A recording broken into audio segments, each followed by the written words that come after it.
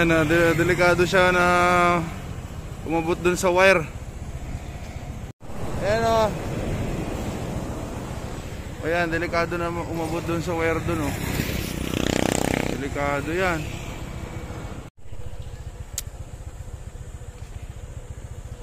Delikado itong magkasunog. Abot na dun o.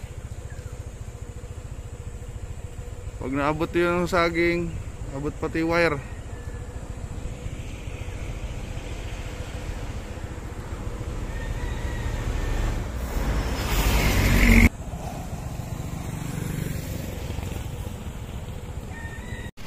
Baka maabot yung wire. Baka abutin yung wire ng kesel ko.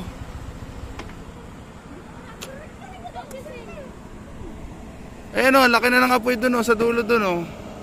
Ayan o. Ayan o. Aabutin na yung ano, aabutin na po yung saging dun. Pag inabot na yung saging, pati yung wire, abot, pati poste. Putukan yan.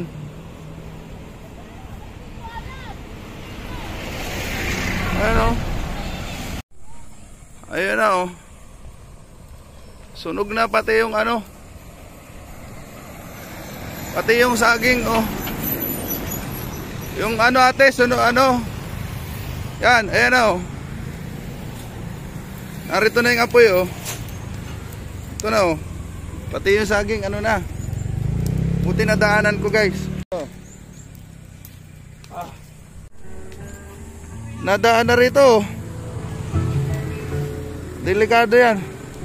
Abutin na yung ano, di wire. Kapitana namin. Hello po, Kapitana. Kapitana Lolita. Oh, si ano po ito, si Manawari. Nadaanan ko po kasi itong ano nyo.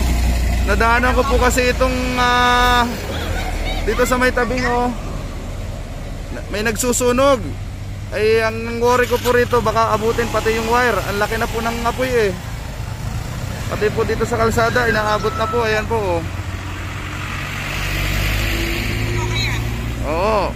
Pati po yung kable ng kuryente dyan aabutin po yan. Ano po? Hindi rin po nila alam ma'am kung sino ang nagsunog eh. Dapat po pag oo, kararating lang daw po nila ma'am. Oo, at baka po mamaya ay madamay pati po. Pati po baka madamay yung poste. Pasuhin na lang po. Thank you po ate. Concern lang ako ha. Ayun po. Oo, kung sigarilyo yan, hindi yan tatapon na ganyan. Ayun po, ang dami pa dun oh.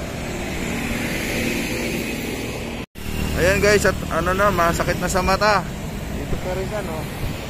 Inaantala tayo ngayon at baka mamaya maging cause ng sunog. Manawari po.